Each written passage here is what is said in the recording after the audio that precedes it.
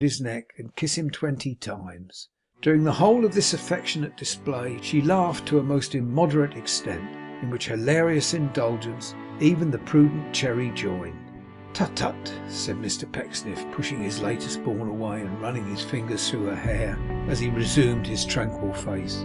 "What folly is this? Let us take heed how we laugh without reason, lest we cry with it. What is the domestic news since yesterday? John Westlock is gone, I hope?" "Indeed, no," said Charity. "And why not?" returned her father. "His term expired yesterday, and his box was packed. I know, for I saw it in the morning, standing in the hall." "He slept last night at the Dragon," returned the young lady, "and had Mr. Pinch to dine with him. They spent the evening together, and Mr. Pinch was not home till very late. And when I saw him on the stairs this morning, Pa," said Mercy, with her usual sprightliness, "he looked, oh goodness, such a monster, with his face all manner of colours, and his eyes as dull as if they had been boiled, and his head aching dreadfully. I am sure from the look of it, and his clothes smelling, oh, it's impossible to say how strong. Oh," here the young lady shuddered, "of smoke and punch." "Now I think," said Mr. Pecksniff with his accustomed gentleness, though still with the air of one who suffered under injury without complaint, "I think Mr. Pinch might have done better, and chose for his companion one who at the close of all intercourse had endeavoured, as he knew, to wound my feelings. I'm not quite sure that this was delicate in Mr. Pinch.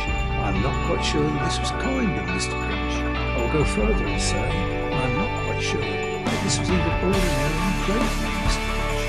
But what can anyone expect from Mr. Pinch?" cried Charity, with a strong and scornful emphasis on the name, as if it would have been given an unspeakable pleasure to express it in an acted charade on the calf of that gentleman's head. "No," returned her father, raising his hand mildly. "It is very well to say, what can we expect from Mr. Pinch? But Mr. Pinch is a fellow creature. Mr. Pinch is an item in the vast total of humanity, and we have a right, it is our duty, to expect of Mr. Pinch some development of his better qualities, the possession of which, in our own persons, inspires our humble self-respect. No," continued Mr. Pecksniff, "no, heaven forbid that I should say nothing can be expected from Mr. Pinch, or that I should say nothing can be expected from any man alive, even the most degraded, which Mr. Pinch is not. No, really. But Mr. Pinch has disappointed me. He has hurt me. I think a little the worse of him on this account, but not of human nature.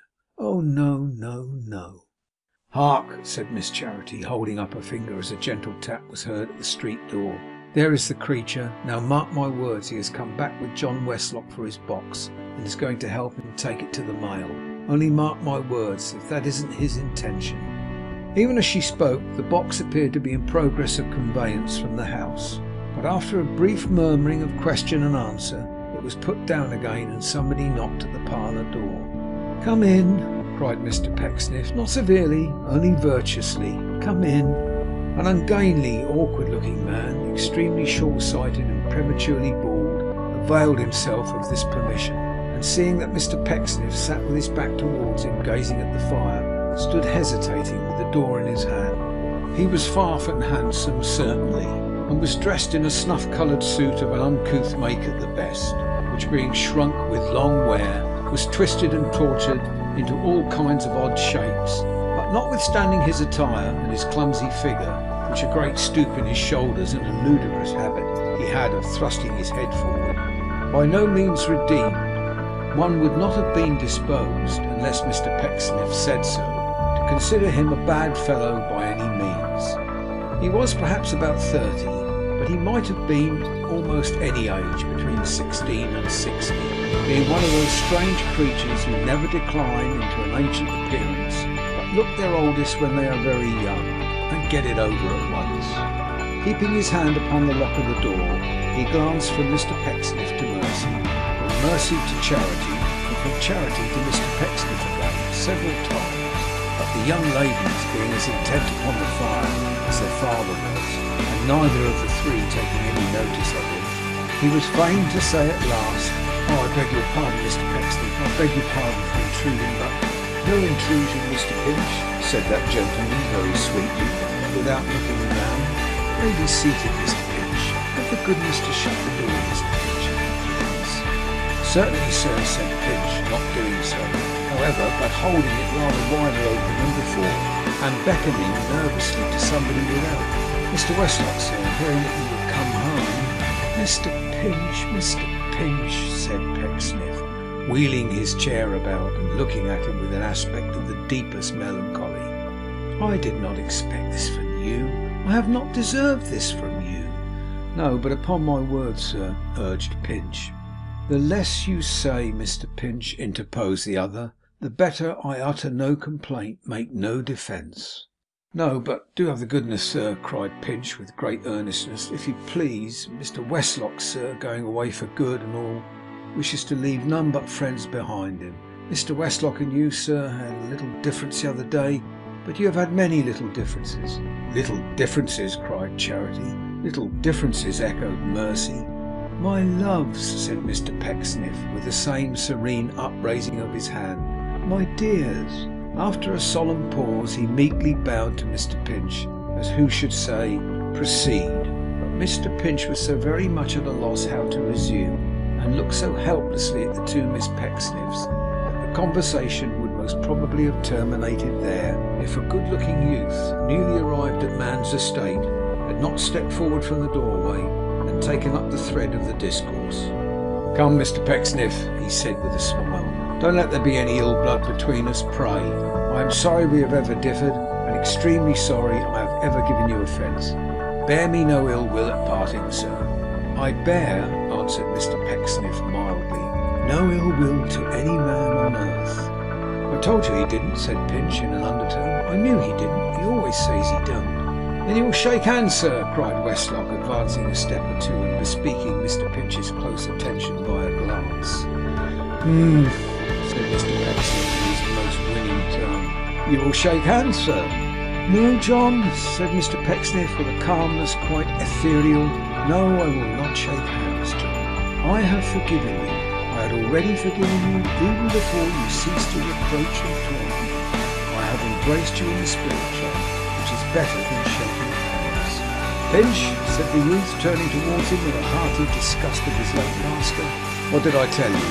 Poor Pinch looked down uneasily at Mr. Pecksniff, whose eye was fixed upon him as it had been from the first, and looking up at the ceiling again made no reply. As to your forgiveness, Mr. Pecksniff, said the youth, I'll not have it upon such terms. I won't be forgiven. Won't you, John? Retorted Mr. Pecksniff with a smile. You must. You can't help it. Forgiveness is a high quality, an exalted virtue, far above your control or influence, John. I will forgive. You cannot move me to remember any wrong you have ever done me, John. Wrong? Cried the other, with all the heat and impetuosity of his age. Here's a pretty fellow. Wrong, I've done him. He'll not even remember the £500 he had with me under false pretences, or the £70 a year for board and lodging that would have been dear at 17. Here's a martyr. Money, John, said Mr. Pecksniff, is the root of all evil. I grieve to see that it is already bearing evil fruit in you. But I will not remember its existence. I will not even remember the conduct of that misguided person. And here, although he spoke like one at peace with all the world, he used an emphasis that plainly said, I have my eye upon the rascal now, that misguided person who has brought you here tonight, seeking to disturb, it is a happiness to say in vain, the heart's repose and the peace of one who would have shed his dearest blood to serve him. The voice of Mr. Pecksniff trembled as he spoke, and sobs were heard from his daughters. Sounds floated on the air, moreover, as if two spirit voices had exclaimed, one, beast, the other, savage. Forgiveness, said Mr. Pecksniff, entire and pure forgiveness is not incompatible with a wounded heart. Perchance when the heart is wounded it becomes a greater virtue. With my breast still wrung and grieved to its inmost core by the ingratitude of that person, I am proud and glad to say that I forgive him. Nay, I beg, cried Mr. Pecksniff, raising his voice, as Pinch appeared about to speak. I beg that individual not to offer a remark. He will truly oblige me by not uttering one word just now. I am not sure that I am equal to the trial. In a very short space of time I shall have sufficient fortitude, I trust, to converse with him as if these events had never happened. But not, said Mr Pecksniff, turning round again towards the fire,